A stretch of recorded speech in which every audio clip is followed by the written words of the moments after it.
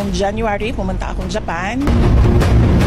Na-meet ko yung ating mga overseas Filipinos na nakatira na doon, nagtatrabaho doon, at marami sa kanilang mga pamilya ang nandito sa Pilipinas. At tinanong nila ako kung tatakbo ba daw ako ngayong 2028, at sinabi ko sa kanila, I'm seriously considering running in the 2028 presidential elections dahil sa mga nakikita natin sa bayan natin na dapat ayusin, dapat baguhin, kailangan maging competitive tayo sa mga kapitbahay natin dito sa ating region, at hindi lang sa region kundi sa buong mundo. Napapag-iwanan na ang Pilipinas at ayaw natin yun.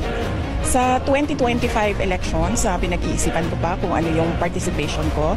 Hindi ko alam kung makakatulong o makakasama sa mga kandidato na pag-endorso ko sa kanila. Kaya pinag-iisipan ko yun ng maayos dahil kung ang hindi pag-endorso ay makakatulong sa isang kandidato, gagawin ko yun. Kaya pag-iisipan ko kung anong participation ko sa darating na 2025 elections.